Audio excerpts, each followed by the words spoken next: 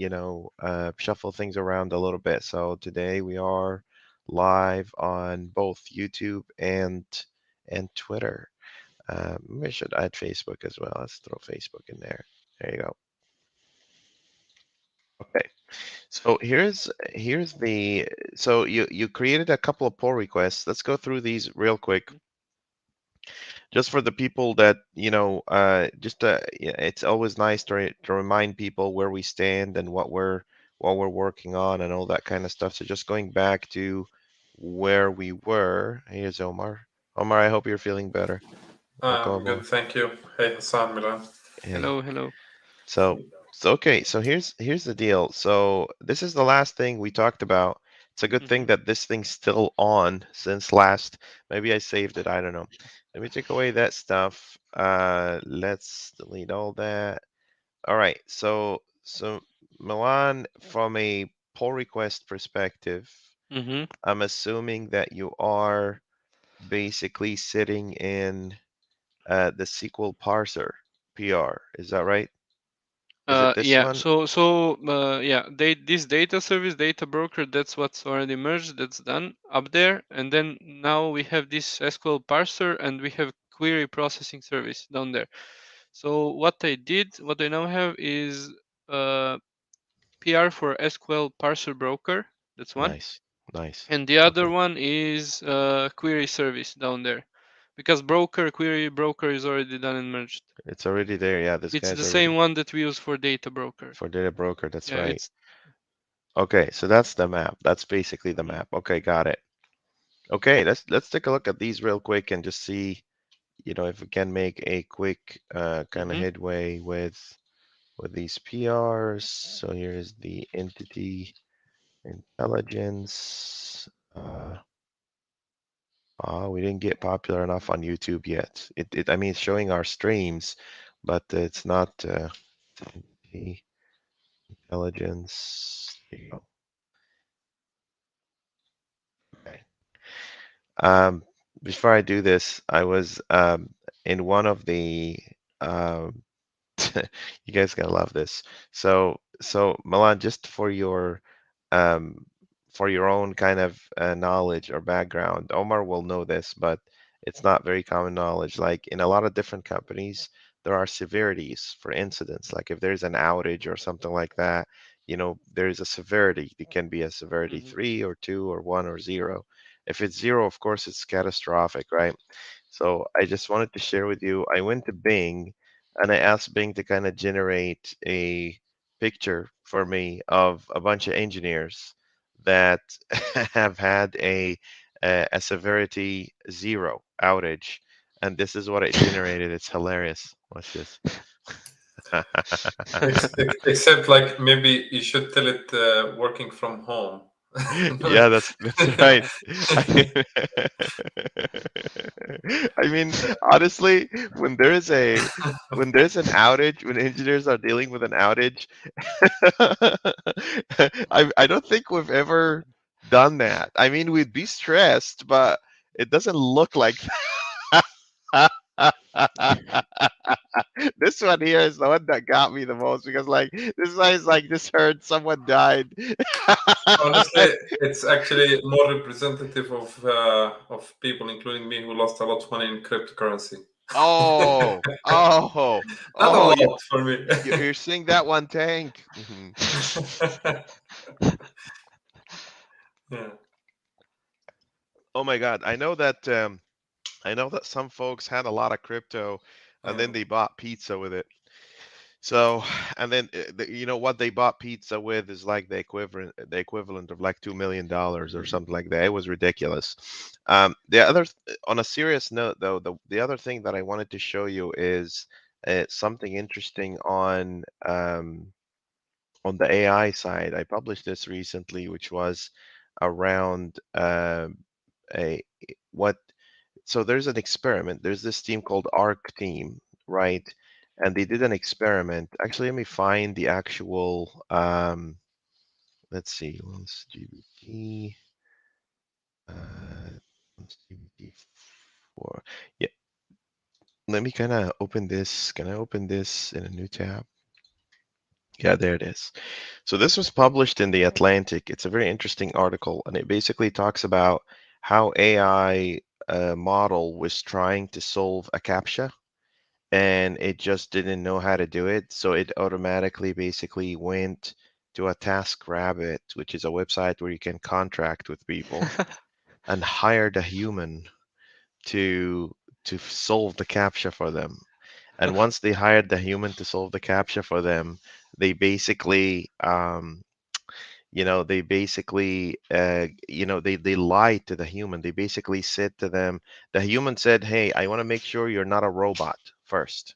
So they said to them, no, I'm not a robot. I just have a vision impairment that makes it hard for me to see images. And so that's how he literally, like the AI model literally socially engineered a human, to kind of convince them to do a task, with false information. It's very scary. The good news is that it was just an ARC team, and this ARC team is basically doing experimentation of how far AI can be quite impactful. And this was one of the things that came through. It was very, very interesting to just see, what it's capable of. Like, people keep talking about how AI is taking their jobs. They never think about how AI is going to leverage them as pets to do work. We'd make great pets for AI. Like AI will look at us and be like, okay, you're a dumb little thing, but you can do something. It's quite unsettling. It's very unsettling and very interesting, something to just think about. The reason why I bring some of these things up, we're all busy. We have all our days and our stuff. I like to kind of navigate through what's going on in the industry and just kind of bring some of these interesting topics to our streams, because it kind of allow now you have this story in your head. Now you're aware of it, right? Now do whatever you want with it. This is a tool. This is knowledge. You can do whatever you want with it. Okay. All right. With that being said, let's just go back here. Let's take a look at the SQL parser and let's just see what can be done here. So I'm assuming you're aware of our kind of standard rules for brokers and all that. I think I took a quick glimpse at it. The one thing Mhm, that stood out to me was, I'll tell you, just a couple of definitions, and I'll tell you. mhm. Come on, baby, you I'm can do also it. quite not sure about the commit messages. Somehow, I think I read sometime that commit messages should be like test, pass, and fail, or it should be configs. But in brokers, we don't have tests and we don't have configs. So, Oh, so in that case, you just kind of say broker and you just type in mhm, implemented this function. That's all you have to do. So what is that? This is a T-SQL fragment. So there's the library that this guy that helped us in the community Yeah. suggested, and we are just yeah. Yeah, I think I'm okay.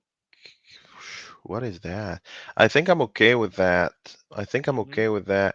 Kylo, do you have anything that's, let me actually kind of increase the, one sec. Can I, can I increase? Yeah, there you go. I don't know why the wheel doesn't work here. It's the scroll. So I don't see anything that stands out to me. You basically went and said, here's the parse. This is my broker, internal. Interesting. I didn't know you could do internal constructor. Cool. I like it.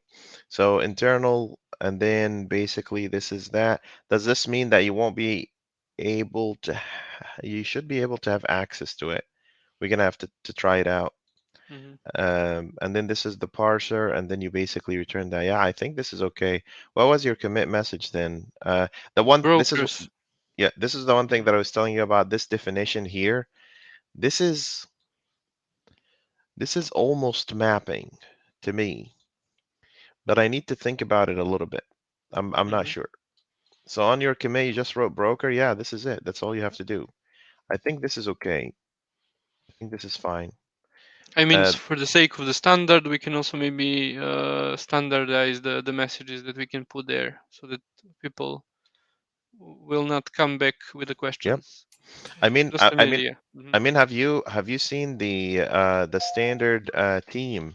The standard team is basically Christo Dutui basically went and added a section in there. It's completely different from the book. That's the standard. Mm-hmm. And he basically went in there and added all the possible commit messages that you could have. So you'll see in here, he will go and he'll tell you about the project structure. He will tell you about everything. But one of the things that he will also talk about is the commit messages. I just need to find out. Oh, Yeah. He did it all. So yeah, there it is. So when following TDD process, you need to do this. You do a category and then description of completed. Yeah, take a look at this. It's actually really, let me put that here in the chat. There is, just so you understand, there's the standard team, there's the standard business, there's the standard architecture, right? There's an entire publication that I'm working on called The Tri Nature of Things that has nothing to do with the tech industry and everything to do with the standard. So it its only relationship with the standard is that it's basically the foundation of the standard, but it doesn't really talk about the tech industry. You know, mm-hmm. there's so many different things that are in progress. You'd be surprised. I'll just tell you that. Like if I type in there, if I type in the, let's see here. If I type standard, like actually that's standard. So there's the translations, right? But there's C sharp coding standard. There's all these different translations, and then there's the standard experiences, which is a publication that I'm working on for UI. Like what's the standard for developing experiences, right? There's the Mm-hmm. standard team. You'll see the standard codex. That's a whole different thing.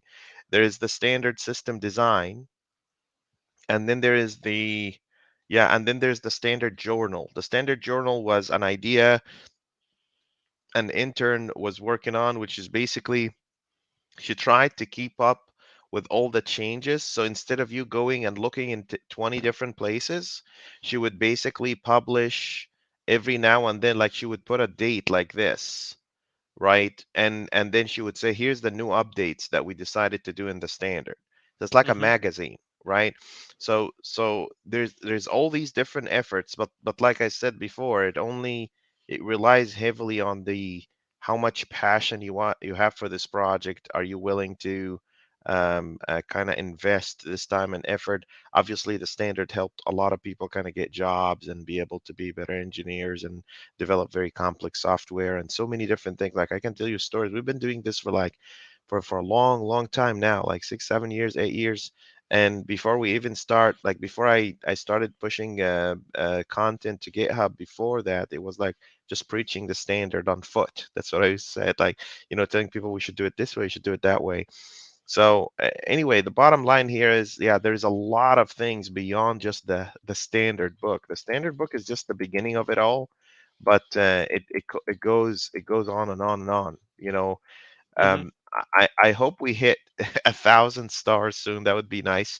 But we need to do a little bit. I know that the Uzbek community, Elbek and friends, and all these folks have been kind of advocating for it, translating it.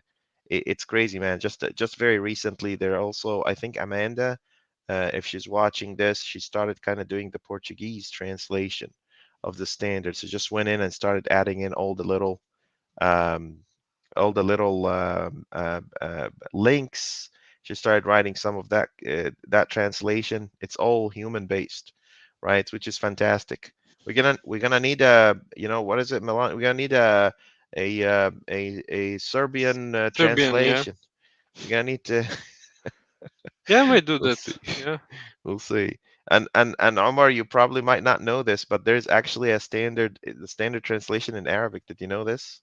I saw it, and It's I feel it's bad saying this, but it's hard. it's very It's hard to a, understand. it is very hard to Do, understand do, in do you Arabic. know what the problem with this is? Is that like so there's a brother, his name is Mabruk, and Mabruk he's in Germany, but he speaks like 5 languages, and one of them was his Tunisian background. He speaks Arabic, and he we had this discussion 50 million times because when I translate, I translate like from 1400 years ago kind of Arabic. Like if you're reading this, you may as well just write a time machine and go back, which is not how people speak anymore. That's the Yeah. problem. So if you're reading this, you may as well just kind of drop the computer and go back to square one, because so you'll notice this a lot, and I can't help it, right? I really can't help it. It's just how my brain process things. So he said to me, he's working on some projects and whatnot. Him and I have a very long overdue discussion about modernizing the language, right? Like, look at this, look at all these things. It's very, very old. I don't know what to tell you, man, but you understand. You see it, you understand. Milan and Kailu, for you, Kailu, you know how there's traditional, what do you call it, Kailu? Mandarin, like Mm. the simplified and the traditional, right? If I were to translate this, that would be the traditional Mandarin. That would be the really old school how things are, which is apparently that's not how people process information. Did I get that right, Kay? It's like there's simplified and traditional. Is that right? He can't hear us. I think he's typing. Mm-hmm. Mm-hmm. Yeah, yeah, he hears us. Yeah, okay, perfect. Okay, So it's so like so yeah, if yeah. you So know okay, one, you know the other. no one will understand it. That's right. So okay, so let's go back to Milan here. So for your pull request, sir, Hmm. um,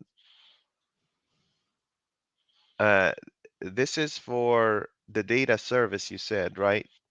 So that's the query service, the one that's gonna execute query that we get from an AI. It's gonna execute that query to SQL Server, right?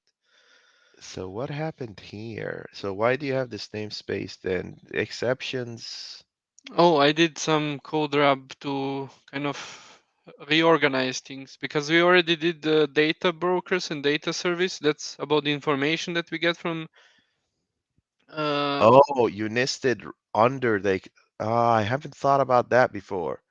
Okay, Lou, what do you think about that? So you basically created the exceptions folder, and because there mhm. are two different. Hmm. Well. So you're telling me that data, let's see, data dependency exception and failed query service exception and failed data service exception are both on the same service? No, they're on different services. Then they shouldn't live under the same exceptions folder. That's the one problem here. Uh-huh. Because a service should only deal with one type of models. See, like this by design, exceptions in Hmm. here should only hold one model. You're only working with one model, But that's the right? informations part of it. So first one is informations, the other one is queries, and that's how I separate it. So that should be before exceptions, right? Datas and then informations and then exceptions, right? I understand. You have two services, right? You have two different Yeah, yeah. services. Each Information, one, data information service and data query service. Yeah.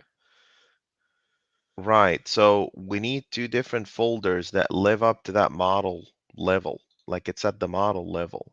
Like in here, instead of saying data slash exceptions and then Hmm. informations and queries, it should be foundations slash, is it called, it will be information foundations slash datas and foundation slash queries because these are two different services, right? So that would be it. You know what I mean? I Like, thought there is yeah, datas and that's everything that we have to do with the database. And right. then under datas, we have informations and queries. No, no, no, no, Informations deals no. with the information with the metadata, and queries deals Mm-mm. with the No, no, execution of no. the query. Hear me out. Uh-huh. Are you saying because you're, it's okay, let me ask you this. Are any of these services, just out of curiosity, are Hmm. any, so you have the data service right here, Yeah, yeah, and you have the query service right here. yeah, yeah. These two share nothing in common, correct? There's nothing shared between these two in terms of models.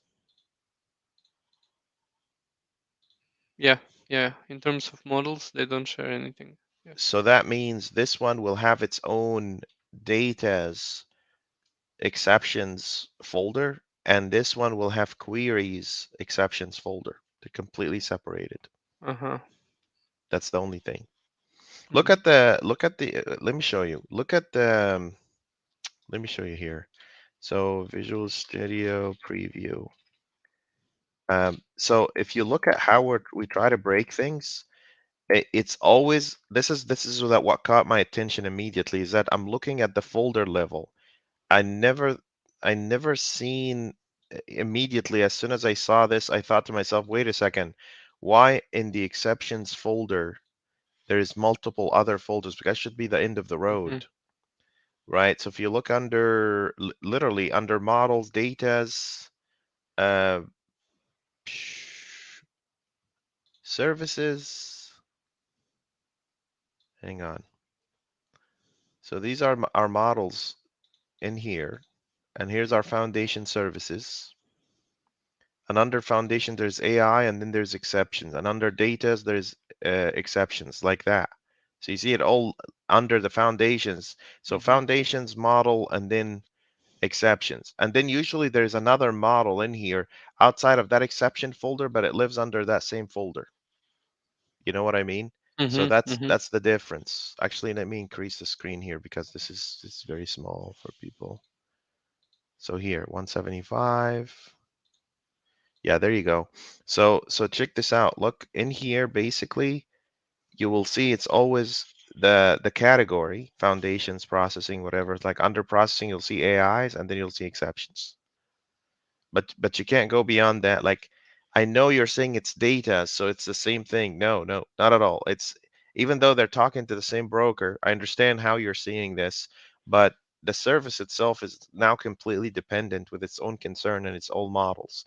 In fact, actually, now that I think about it, in the standard, a model represents some form of concern, right? And it should be separated. Like when we tell people separate the concern, engineers have a hard time kind of visualizing that. But if you tell them the concern is that model, and if that model is not being used anywhere at the same level, then you're probably headed in the right direction.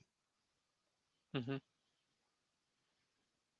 So it's just a organizational thing. It's not a big change. It shouldn't be.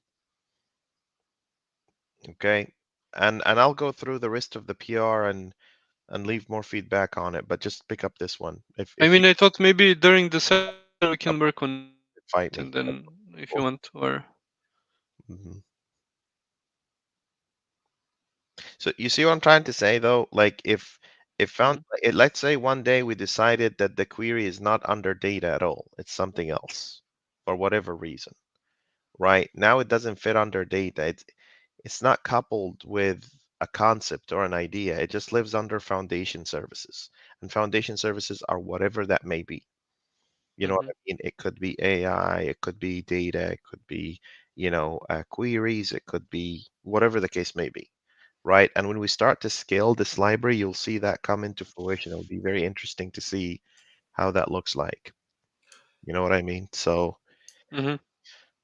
that's the only concern I have. But other than that, I think it should be okay. I mean you've been building software with this for a while, so it should be very straightforward. You know, I have a question. do you have any concerns about that? Any questions? Yeah, I have one Omar, about, Kailu, the you guys way. have any thoughts? Can you hear So me? in the test, see in the test you broke it right. So you basically went and said, here's Hassan, foundations. seems like What's you under don't hear us, you or put data in there. You don't need data there anymore. It doesn't mean anything. It doesn't really follow any Mm, concept in any capacity, right? So Hassan, just can a you hear thought. me? What do you think? Hassan? uh, y- Hassan, I Oh, think did he I doesn't lose hear us. Yeah, did I lose the Ah, sound? okay. But Milan, you hear Can I me, right? oh, I can't hear yeah, you I do. guys. I One do sec. hear you.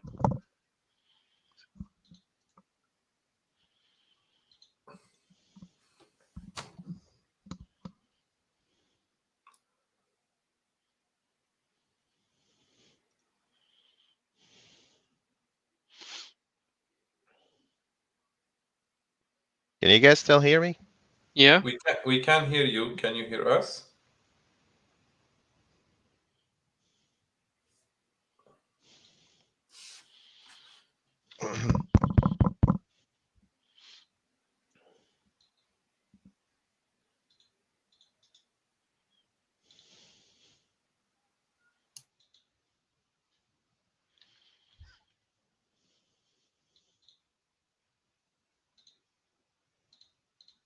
No. How about now? Can you guys hear me now? Yep. We Were do. you able to hear me at all before? Yeah, we did, but you didn't hear us But I anything. didn't hear you. I'm sorry. Okay. Yeah. I don't know what happened. The thing by itself just decided to switch audio. I don't know. I just weird world. What did I miss? What were you guys saying? I wanted to ask a question. Sorry, I didn't have time actually to look at the PR itself, but the way this broker returns error is weird. And I'm wondering how did we do the validation just to be consistent with other services, and Oh, it returns the errors as a list, right? It doesn't actually throw exceptions at all. oh, in the query service itself? In the broker, if you look at the broker, that part. Yeah, let's see. But the broker is not supposed to be doing any No, validations. no, no, no validation, but it is supposed to throw to relay exceptions, right? It doesn't. What are we gonna It do? doesn't. Like, yeah. I just want to see kind of how we do the validation in other like services. Do we loop through the exceptions and throw them, or what exactly we do?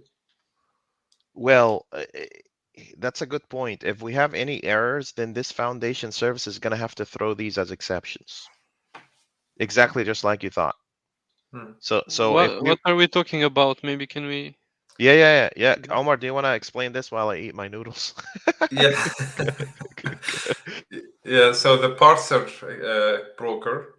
We are talking about the other PR. Okay.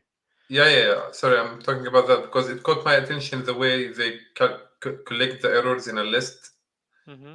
in a reference parameter, and they return it. Yeah, here. So you return it as like if there is any error, actually, this broker will not relay the exception. It will just return an error in the errors list, right? Yeah, that's how the library works. Yeah, It already I gives us all understand.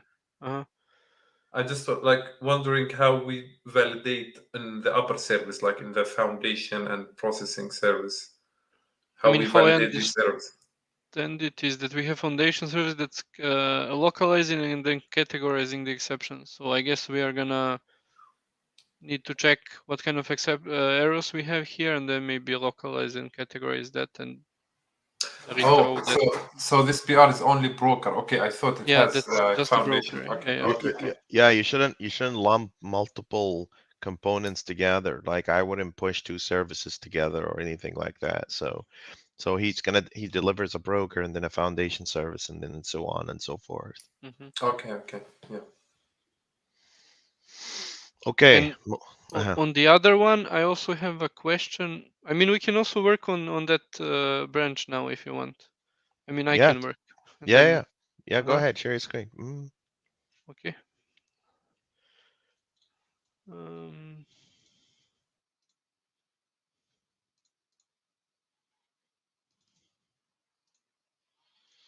yeah, hopefully you see my screen. Milan, you don't have a fork, you're pushing directly as a contributor, right? For a branch on the same Yeah, repo. yeah. Good. Okay. Yeah, go ahead. Mhm. Okay. What kind of question I had? Does it make sense that we only have invalid query exception? Uh, okay. Yeah, there are certain errors that we expect on the SQL Server side, like argument exception or invalid. Just a second. Queries, invalid query exception, and so it's this one argument. It's invalid operation exception, and then we have yeah the SQL exception.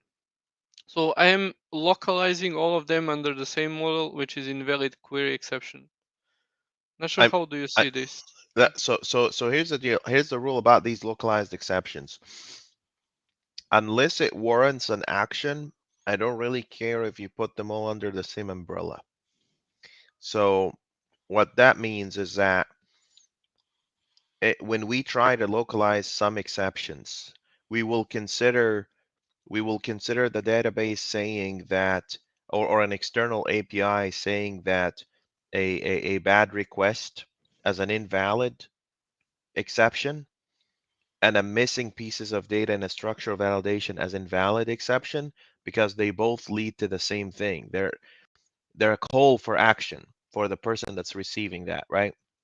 The Mm-hmm. person that's receiving that exception, the call for action for them is to basically fix that particular error, right?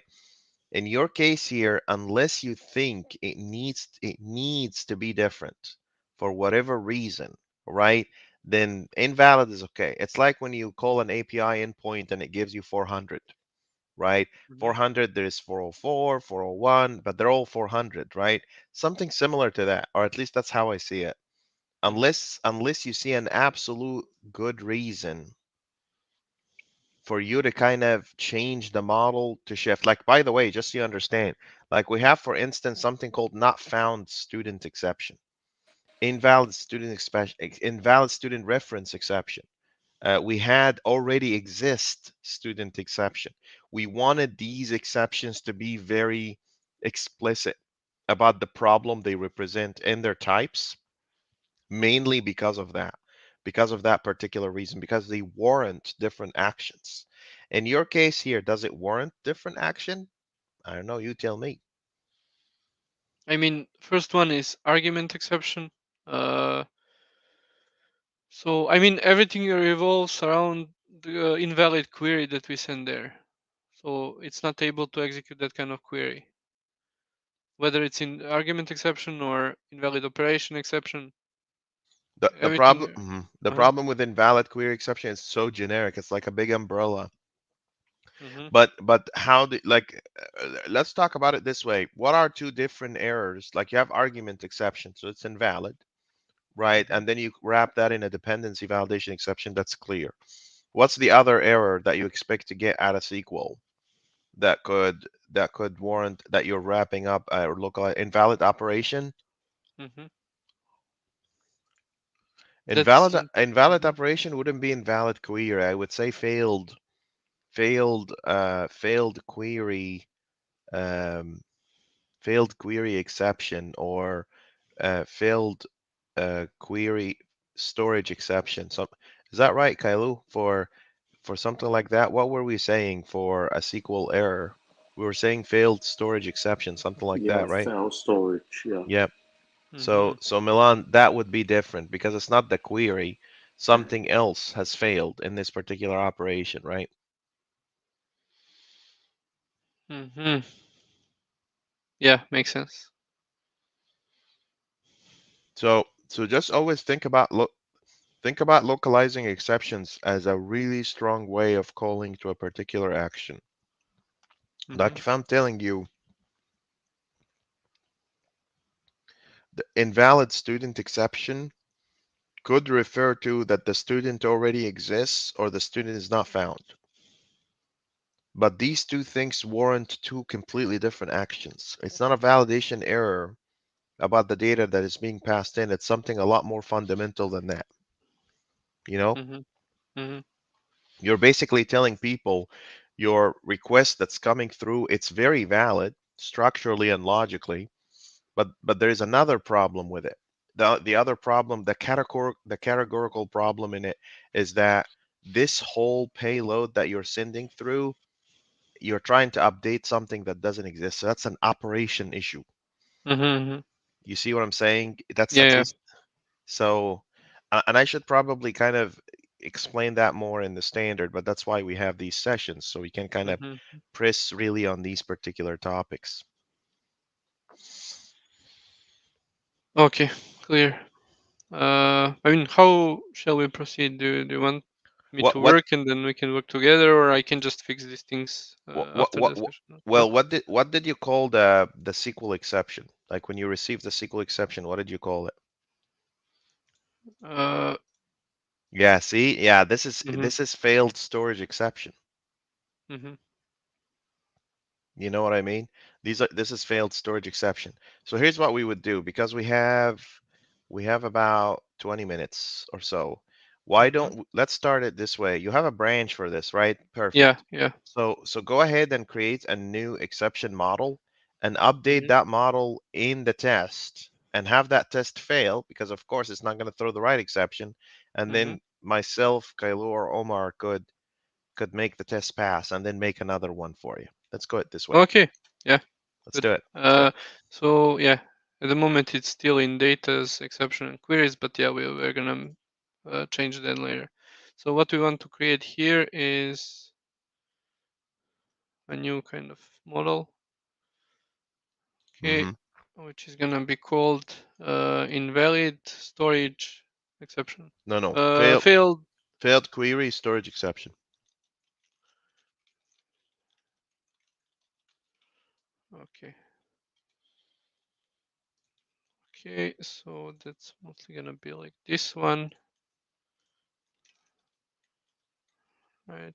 And then we can just replace these things.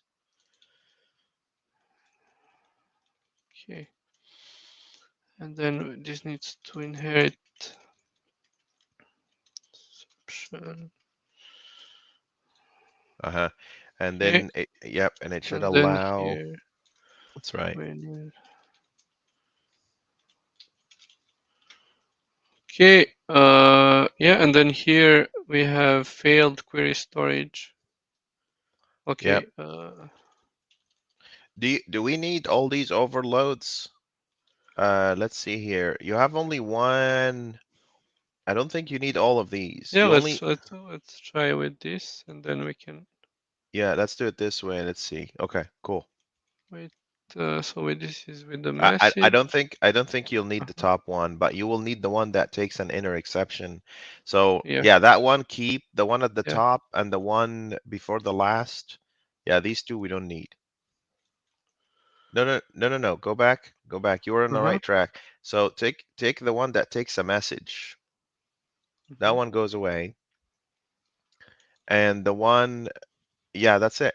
That's Mm-hmm. perfect. All right. Okay. Now go back to your actually let's change the message for this. So let's type in In failed query, storage error occurred, contact support. So because there's nothing they can do about it, right?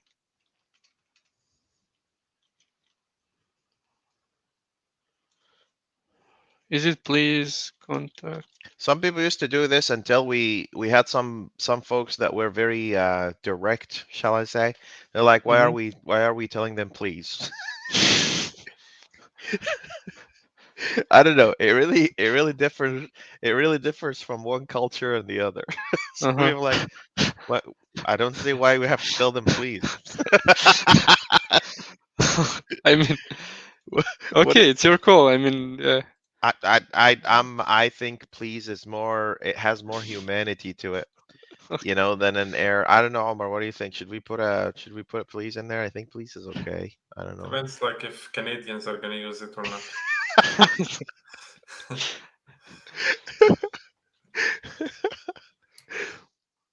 okay, so what we want Uh, to do here is to update all the models that we have. nope, So, not all your models. Just the one that has a SQL error. uh-huh.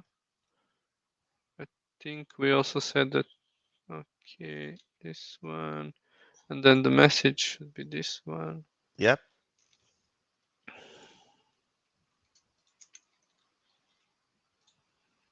Yep. Yeah, and this would be This would be a failed, dependent. Go ahead. Go ahead. uh,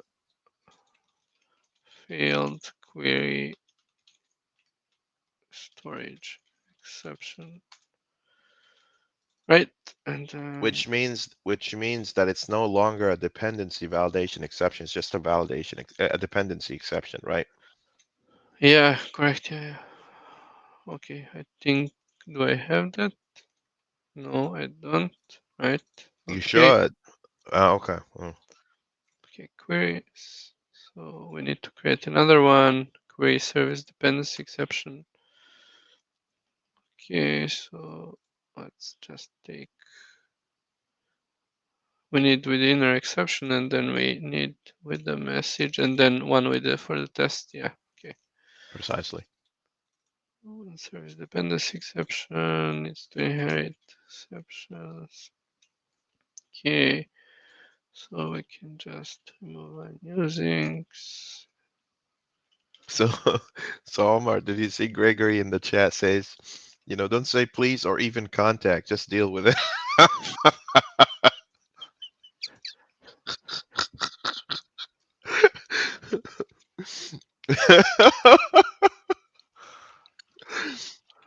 my God.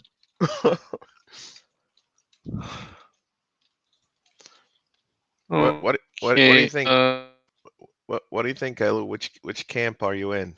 Should we say please or no please?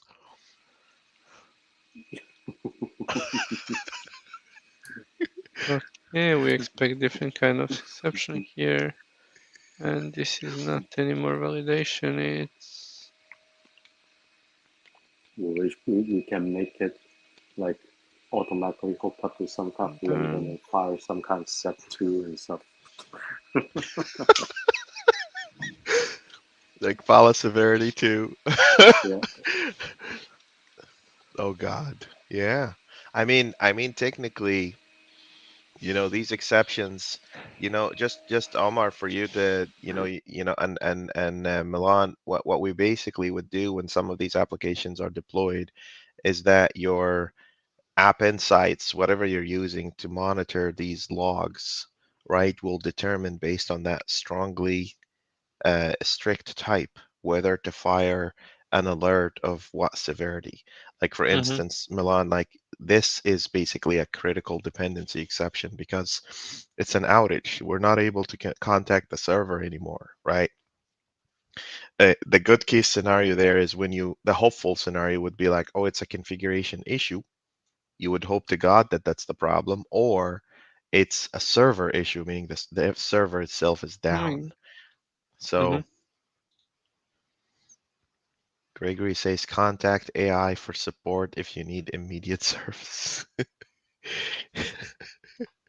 I was helping someone with their PC today, and Restore. one of the things that we noticed today was now Windows incorporated ChatGPT AI. So when you ask it a problem, it will navigate for you on the screen to take you to the right, window where you can fix your problem. It's quite interesting.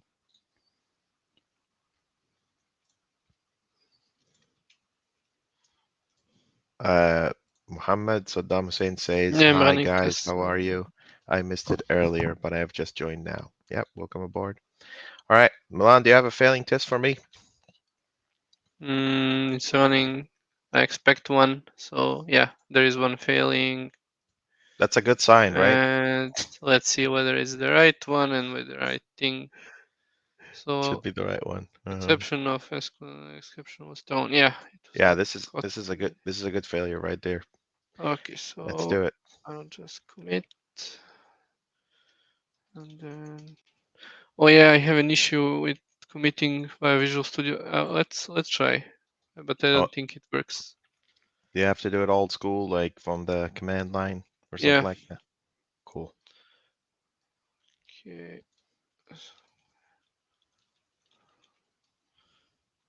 Okay. Exception.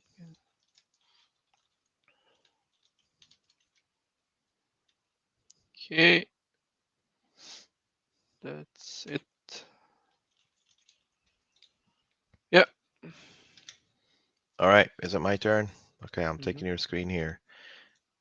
Um, all right, so here's my screen.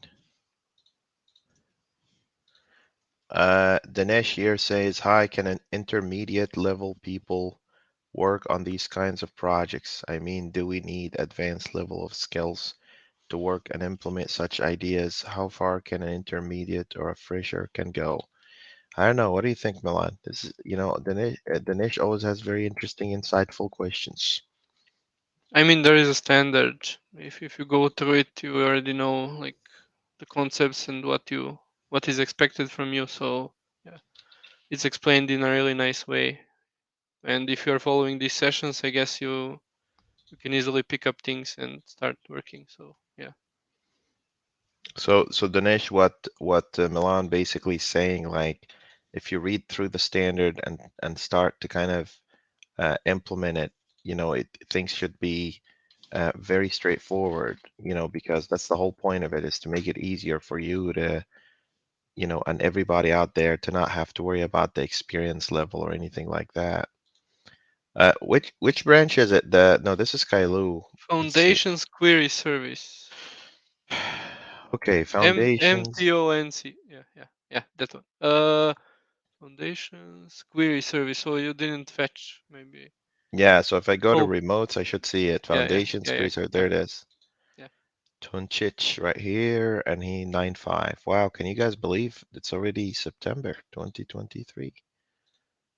Where time, the older you go, the faster time goes. It's statistically and mathematically true. So yeah, Dinesh, just so you understand, like, don't worry about this whole intermediate, senior, junior. The people who started Microsoft and Google and a lot of these big companies is what we consider today juniors and interns.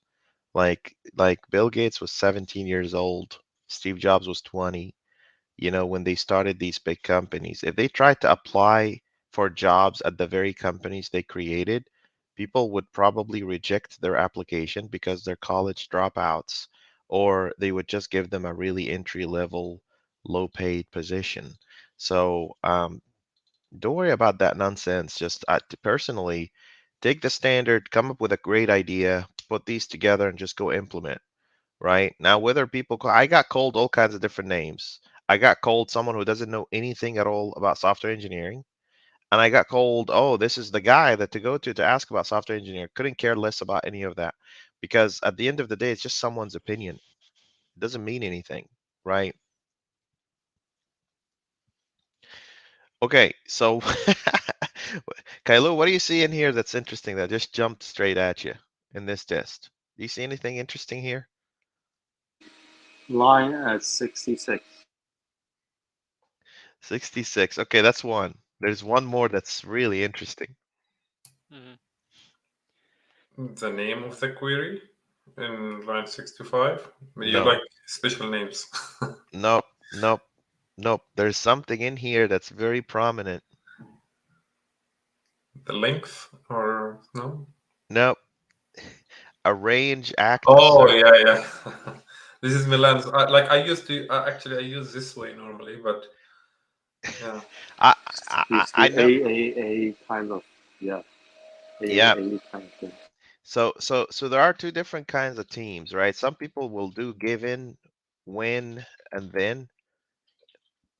The folks that write, I've seen some folks do arrange, act, assert, like that. Right. Usually just for consistency's sake, and I'll tell you something else about this that's interesting.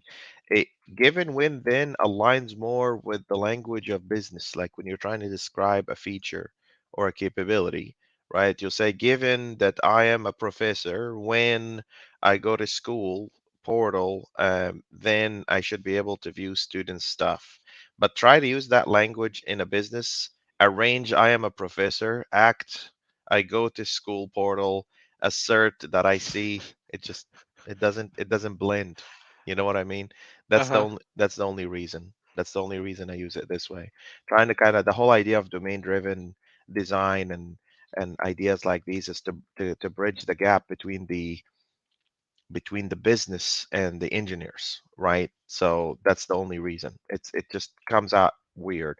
And more often than ever, I never can remember act assert for some reason. Like I know, sorry, I can never remember arrange. I know act and assert, but arrange never comes through, right? So it's up to you. It also plays very well with math. Like if you're defining a mathematical problem, you'll say given that you have variable blah blah blah, when something like that happen, then blah should happen. So this is the only reason. I don't know how much of this have you been doing. So I see given when then in here. Yeah, this is just the note, and I'm glad that you're bringing these things up because it gives us the chance to kind of discuss these issues. Hmm. And then Omar said, it's a good thing that business never reads tests.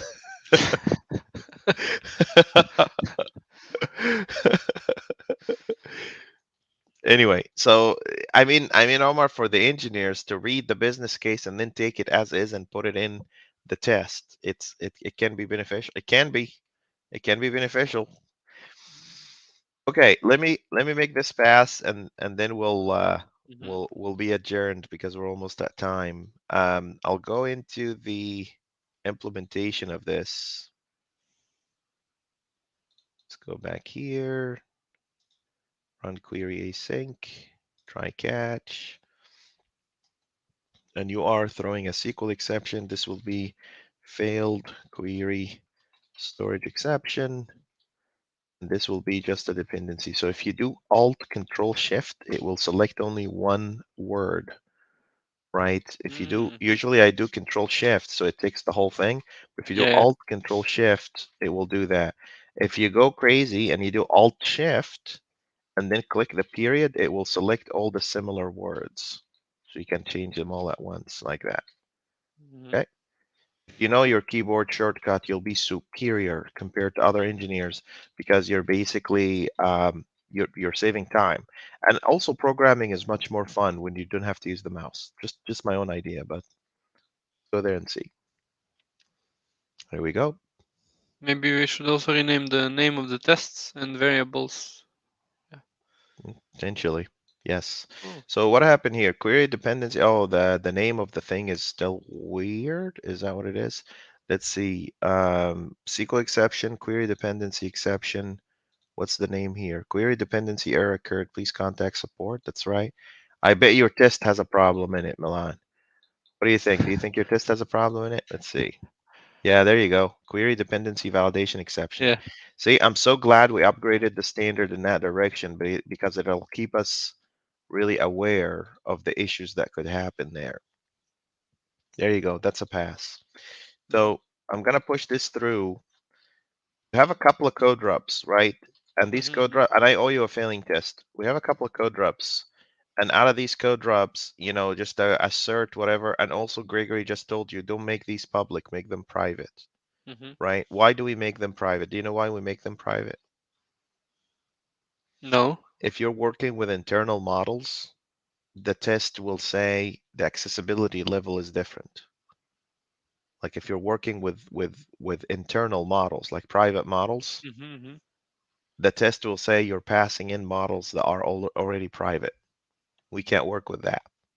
So we had to do it this way. It's really tiny things, but it shows Mhm. you the so you have the assert arranged and you have the public private, and then we could sync up tomorrow if you're available, or if not, what to do with the rest of these tests. And then Omar or Kailu, can one of you take a jab at the validations on the AI processing side? Do you guys want to take a look at it? Just push it forward a little bit, and then we'll Eh, sync up. Uh, Oh, you mean the failing test there? yeah, Yeah, I'll work on that. Yeah. thank you guys. I appreciate you. All right, we're adjourned. Thank you all. Much appreciated. Talk to you all Thank Thank you. tomorrow. you. Take Good care. night. Bye. Bye. Thank you. Bye Bye. bye. Bye.